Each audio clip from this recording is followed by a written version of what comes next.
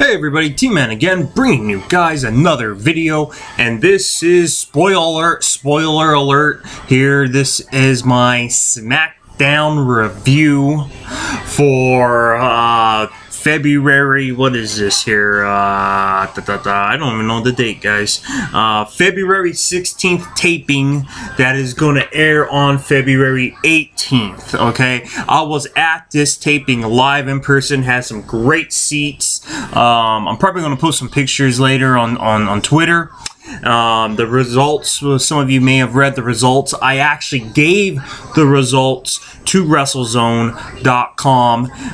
Go to the website. I've been going to them since high school. I'm 30 years old now, so I've been going in to WrestleZone for years. So it was real cool to give them the results of Smackdown. I was keeping them posted match by match, and you can go to WrestleZone if you guys read the spoilers there. My name was credited, and this channel, The Expert of Professional Wrestling, where I give you my thoughts and opinions of what I would do scenarios. That's pretty much what I do here. And right now I'm going to be breaking down Smackdown, giving you my thoughts. And also, in this video, I will be telling you guys what I saw. I saw something backstage. It wasn't backstage. They had the curtain open, okay, where I was sitting. They had this curtain open, and I saw something involving Vince McMahon. So stay tuned in that video when I'm going to break down the card from the beginning of Smackdown, and then when I saw this activity with Vince McMahon backstage, I will let you guys know here in this video. So stay tuned. Let's get right to it. Let me go to the WrestleZone website and give you the results here because I have a bad memory. And also, main event was real good. They had a good dark match. It was a really good card. So let's get right to it. We began the night with Kevin Owens coming out and doing commentary. And a really interesting fact that I'm really curious about is I don't know if WWE mentioned anything like this, but Michael Cole was the announcer during Smackdown, not Mario Ranallo. So I thought that was a very, very interesting. So anyways, we kicked it off with a six-man tag team match with the League of Nations versus Kalisto, Sin Cara, and Dolph Ziggler in a six-man tag team match. And it was Sheamus, Rusev, and Alberto Del Rio competing. Bad News Barrett was interesting enough, was in his ring gear. Now, I got a lot to say. I'm going to do a separate video again on Bad News Barrett because it's been all over all the websites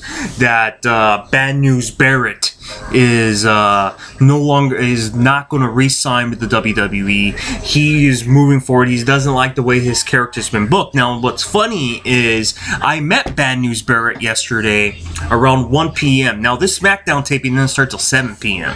Okay? Now, I didn't hang out there from 1 to 7, but I knew the wrestlers get there around 1, so I went down there with my kids and waited around the parking lot on the curb until security told us to leave, so didn't really meet too many people. Bo Dallas was a dick, by the way. There was no one else. It was just me and my kids. There was no other fan around.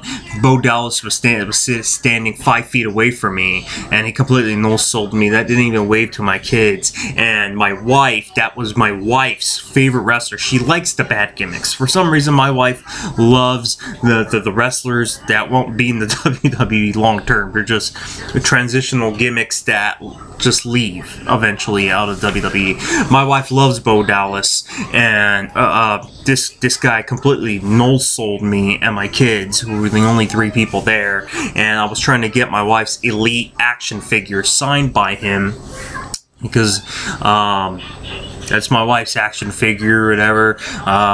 She enjoys them, so I was trying to get autographed. He no-sold me. But Bad News Barrett was a great guy. I'm going to do a video giving my thoughts on whether or not this is a good move for him to leave the WWE. Now, what's funny was I met him at 1 o'clock.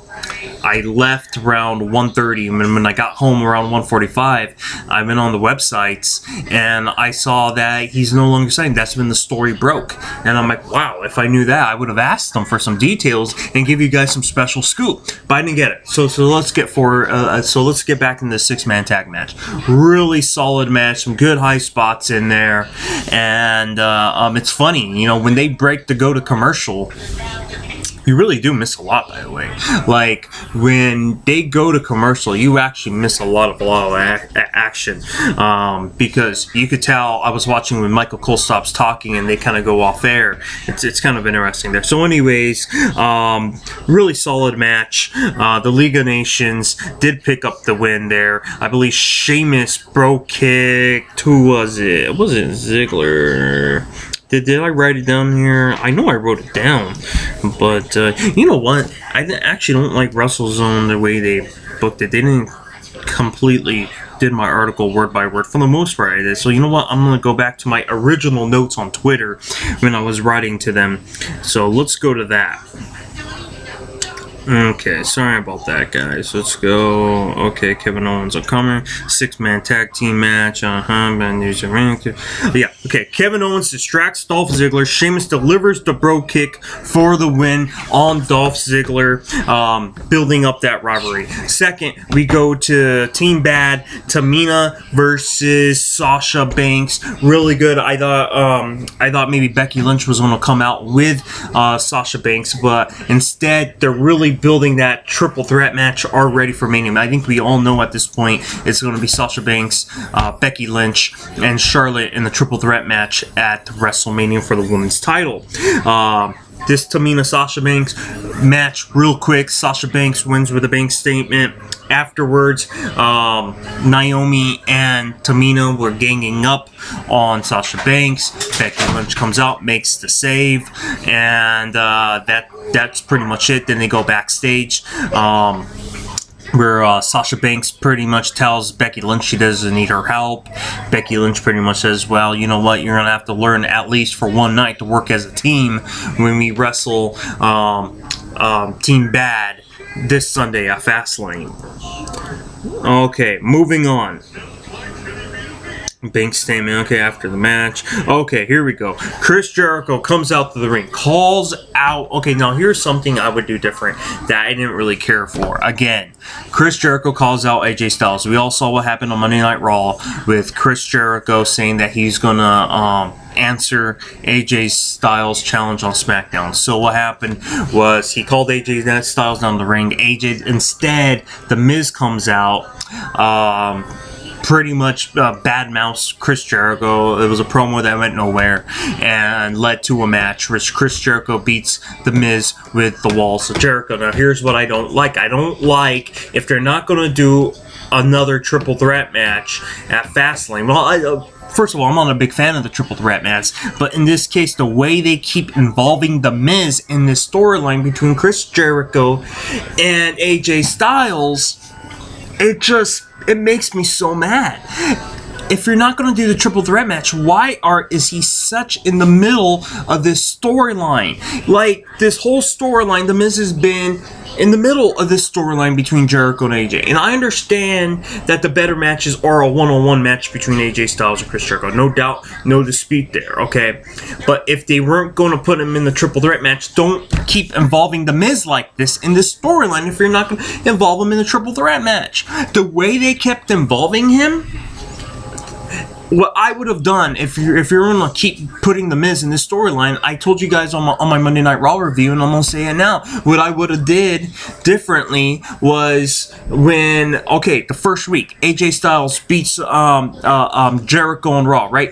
Then move to SmackDown. AJ beated The Miz, right?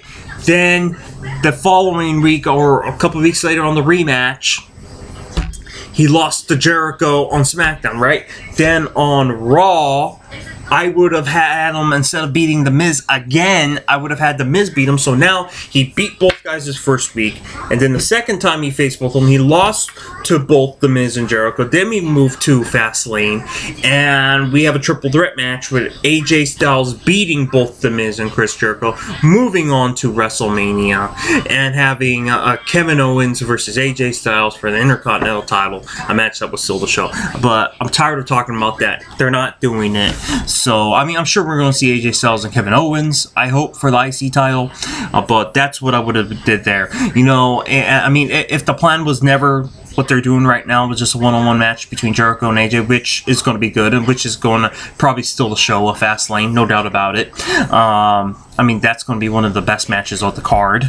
I would have just did that differently. You know, I would have I would have never included The Miz. So anyways, AJ Styles comes out to the ring. Chris Jericho refuses to challenge, and then AJ Styles beats him up, and then of course Chris Jericho then accepts the challenge from AJ Styles and says, "You're going to regret asking for this and regret crossing me."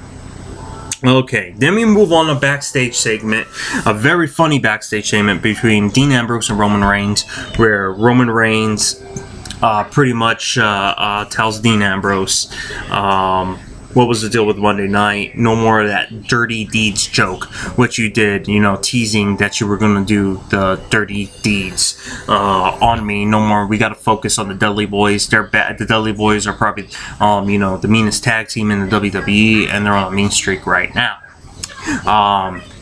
Dean Ambrose accepts, then we see Dean Ambrose up his son. Dean Ambrose moving to, Dean Ambrose moving towards the hallway, runs into Paul Heyman. Pretty much, Paul Heyman tells Dean Ambrose, you know, hey, you know, Brock is mad at you. Yeah, Brock's here. Oh, a very funny segment between Paul Heyman and Dean Ambrose. So you got to watch it live this Thursday night to really see how funny that backstage segment was between Dean Ambrose and Paul Heyman. I mean, Dean Ambrose is just so good at that. So anyways, we move on to that. Then we go from the Natalya to Charlotte. Now, what was really funny is, I don't know if they're going to show Natalya's entrance to the ring. The reason why I say that is because Natalya comes to the ring, and she's just waiting in the ring for the longest time. They're showing so many backstage segments on the Titantron with the ring black inside, like the lights are turned dimmed down, and you just see the Titantron. Then they're doing all these advertisements, all this other stuff, and I felt like Natalya was in the ring for like 8-9 minutes. And then finally the lights come back on, Smackdown's back on. Then Charlotte and Ric Flair comes out. Has a pretty good match. You know, I thought it was really funny. Like, Natalya is just so happy to be on TV. You know, I'm sure she wrestles a lot of house shows, but she's just so happy to be on TV. And she has like a smile on her face the whole match, which was really, really funny. But anyways, Charlotte wins with a figure 8. Brie Bella comes out to the ring, and boy, has she ever taking over Daniel Bryan's all his moves, man. She's taken over his whole moveset, you know. Came out, was doing the yes kicks, you know, doing Daniel Bryan style kicks. Ric Flair pulls her out of the ring, pulls Charlotte out of the ring, saves Charlotte. The Divas belt was in the ring.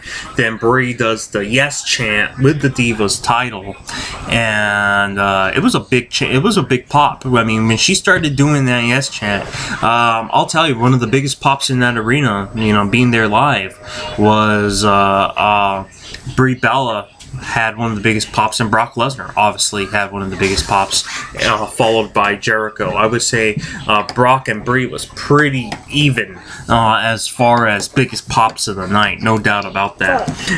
Which I was really surprised. I guess, I mean, she's just carrying that Daniel Bryan momentum right now. So that was pretty interesting. And then here's what I need to tell you guys here. The Wyatt family came out, did their promo. But here's something, I'm not going to get into the promo. Here's something that I saw. Okay, I had good seats. Okay, here's the entrance. Okay, where the screen is. Here's the entrance ramp. Here's the ring, right? Ring's in the middle, right? Ring's in the middle. Then I'm sitting like in the 3rd row of the stadium seats, first start. Okay, on the turnbuckle on this side. Okay, on the turnbuckle. Right across from me on the floor is like a backstage segment, and usually they have a curtain, like a metal, you know, one of those metal poles with a curtain over it where you can't see backstage. Well, that curtain wasn't there. During that Wyatt family promo, I saw something very, very interesting. It probably meant nothing, but I thought it was really cool. It was Vince McMahon having a conversation with Daniel Bryan, Edge, and Stephanie. And Vince looked very, very angry. He was like pointing his finger to Daniel Bryan. And I thought that was a very, very interesting thing. I mean, he didn't look happy. I mean, he was pointing his finger to Daniel Bryan. So Daniel Bryan was backstage. I mean, I saw him, and definitely Edge. I knew Edge was because one of the fans told me that Edge was a dick in the parking lot and wouldn't do an autograph for something. I didn't personally see Edge, but somebody told me that he was there. But then I did see him in that backstage. Anyways, and that was during the Wyatt promo. And I'll tell you one thing that I might do a video on later in the future is the fans of the WWE. It may not be all you good folks that's watching, or maybe it might be some of you guys watching, but I feel like some of the fans really are responsible on how bad the product is sometimes, because they'll cheer when things suck.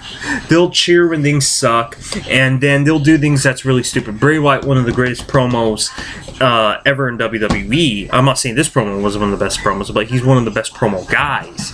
And everything he was saying, they weren't listening to. Like, I feel like sometimes the WWE fans don't pay attention to when things are good. And when they do that, WWE doesn't go in that good direction anymore, and they do something bad. And then when the WWE does something bad, like a funny, stupid backstage segment or something that's stupid and makes the product look really bad, the fans will cheer.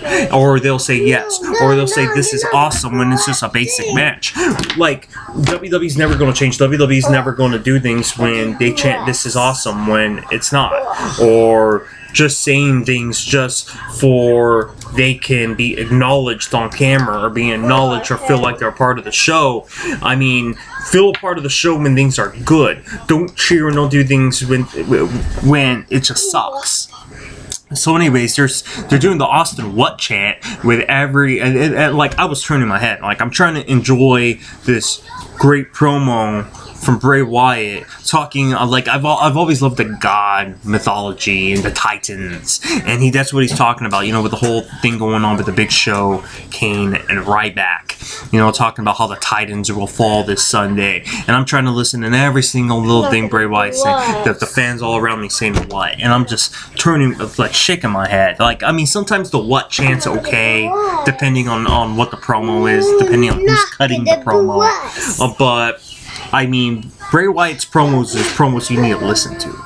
They're, strategic, they're interesting, and the fans weren't even listening to him. So that kind of irritated me. We move on after that.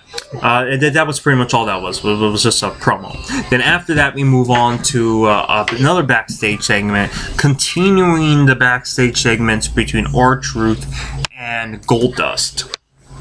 I thought that was, I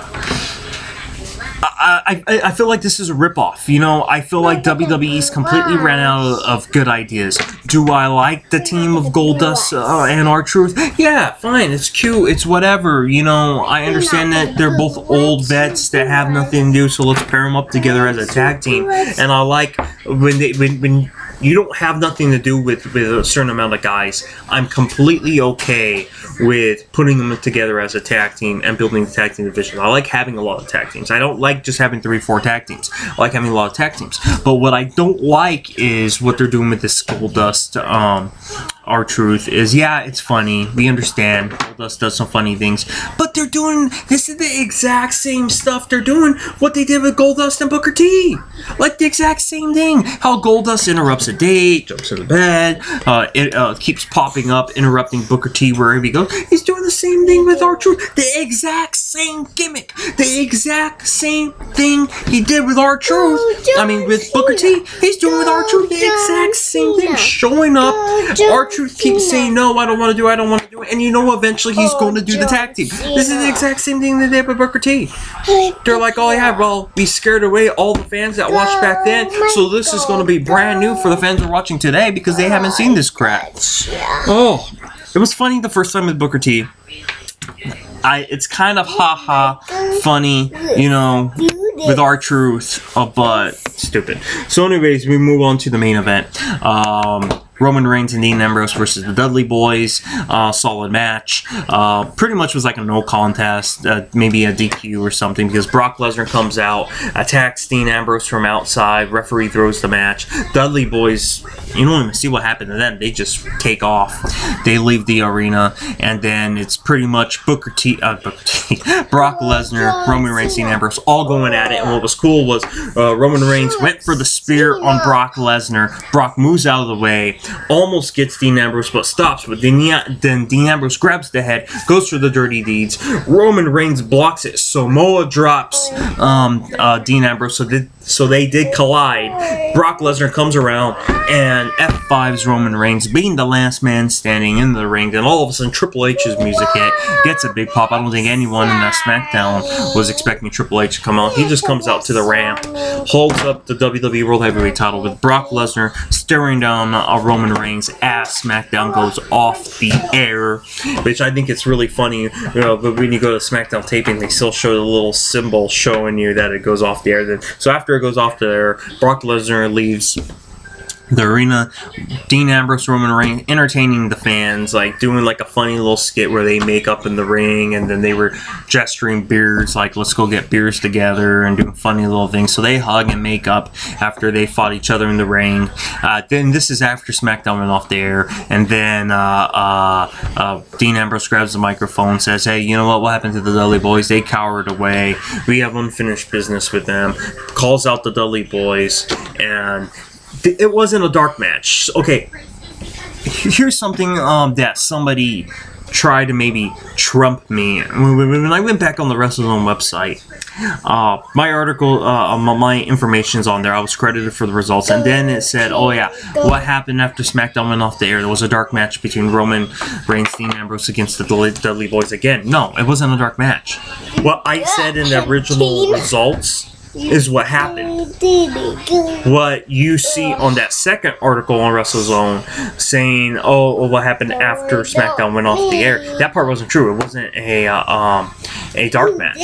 They just called the Dudleys out of the ring. To the ring. Dudleys come back for like 2 minutes, and they just pretty much wipe them out of the ring. They hit them a little bit. They drop their finishing moves on them, and fans go yay, send the fans home happy, and that was it. And then the Dudley Boys just leave again. It wasn't a match. The referee wasn't even in the ring, so there was no dark match. They just came. The Dudleys just came back to the ring, and they cleared them out, sent the fans home happy, seeing Dean Ambrose and Roman Reigns doing the finishing moves. So that was the SmackDown review. It was really fun to be there live. It was just 10 minutes away from my house, so it was nice going to a show. I just snuck off by myself because the kids have to be in bed early. Didn't have a babysitter. My poor wife wanted to go. I just wanted to go, shoot the results. It was fun giving the results to WrestleZone and being credited for that. So, okay, so please like this, thumb up this video, leave your comments down below. Please subscribe, and let's build this channel together, guys. And I'll see you guys on the next video. Say bye, Vicious. Bye!